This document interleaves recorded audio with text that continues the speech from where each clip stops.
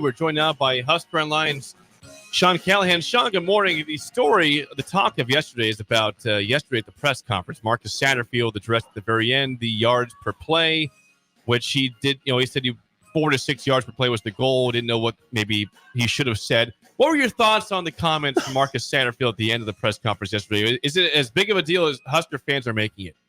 I mean, yeah, he got clipped in the modern day media world. He got clipped big there. When you can provide a soundbite and then you can take it any way you want to go with it. I mean, I don't know if he just didn't answer the question very well. I mean, that's probably the best way to say it.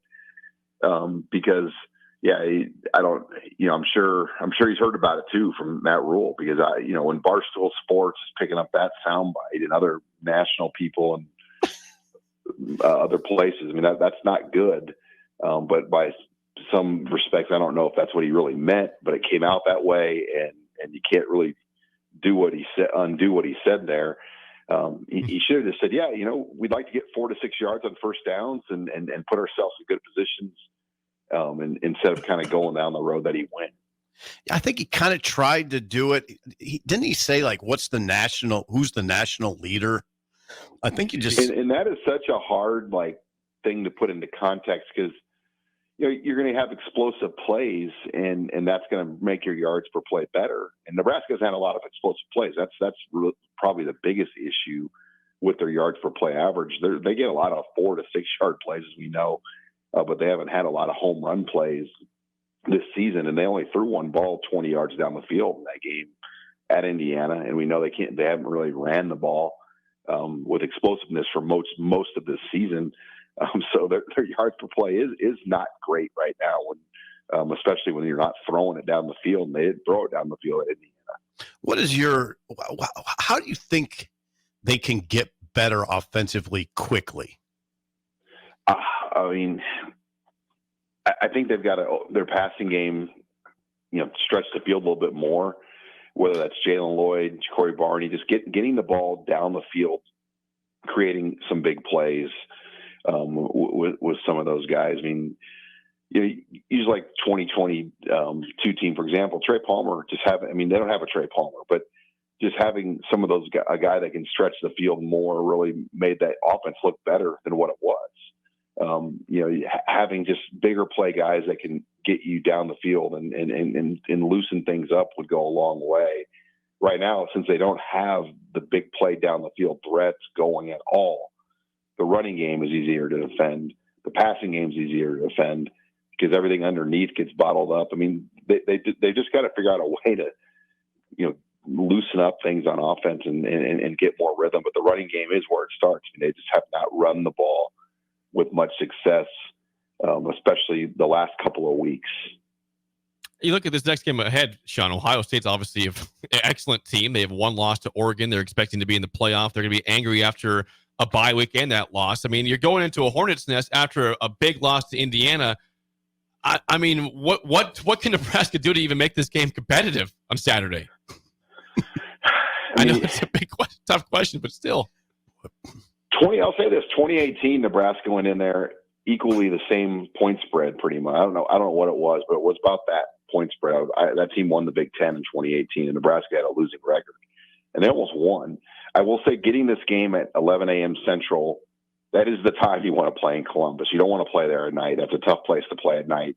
But this Ohio State team, if you talk to fans and people around Columbus, they're not yet in love. We had we had a guy on Bigger Wrap Up last night talking about Ohio State in depth, and I've talked to other people there this week.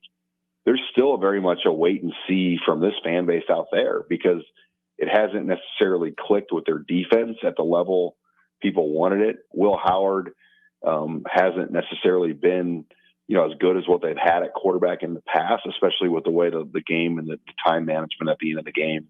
People are pretty upset about it. So, I think within their own fan base, they're still, wait and see mode with this team to see if it is a team that can win a national championship. I think we know it's a playoff team.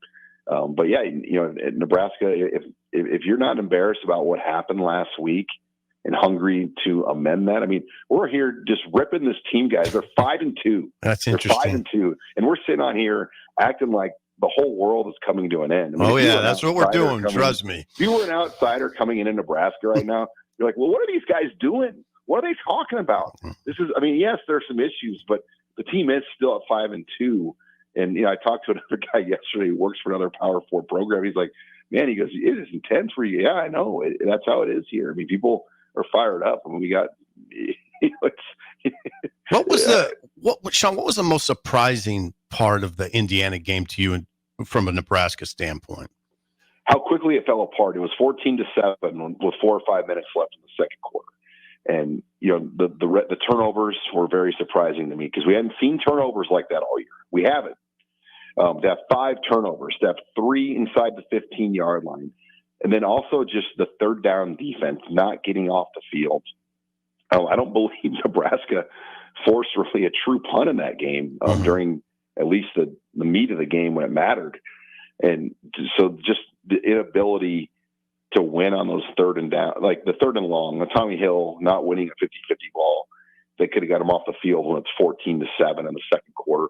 I mean, those early moments that they had been winning all year, they weren't winning out there. Ty Robinson, Nash Hutmacher just weren't really much of a factor like we had seen. So, I mean, there were a lot of surprises in that game.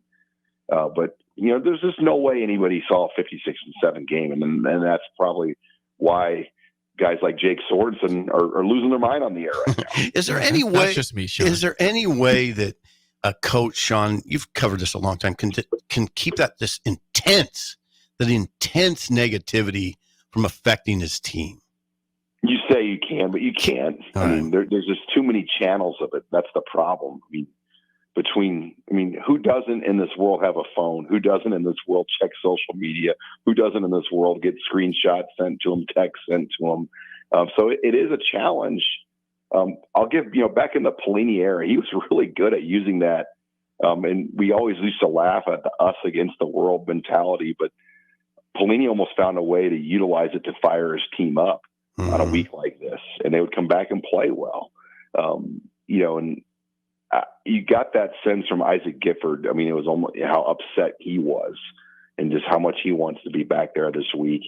I mean, why wouldn't you? You should be upset. I mean, 90,000 people show up to your games and you have great support and you played a game like that. I mean, if that doesn't upset you, I don't know what will.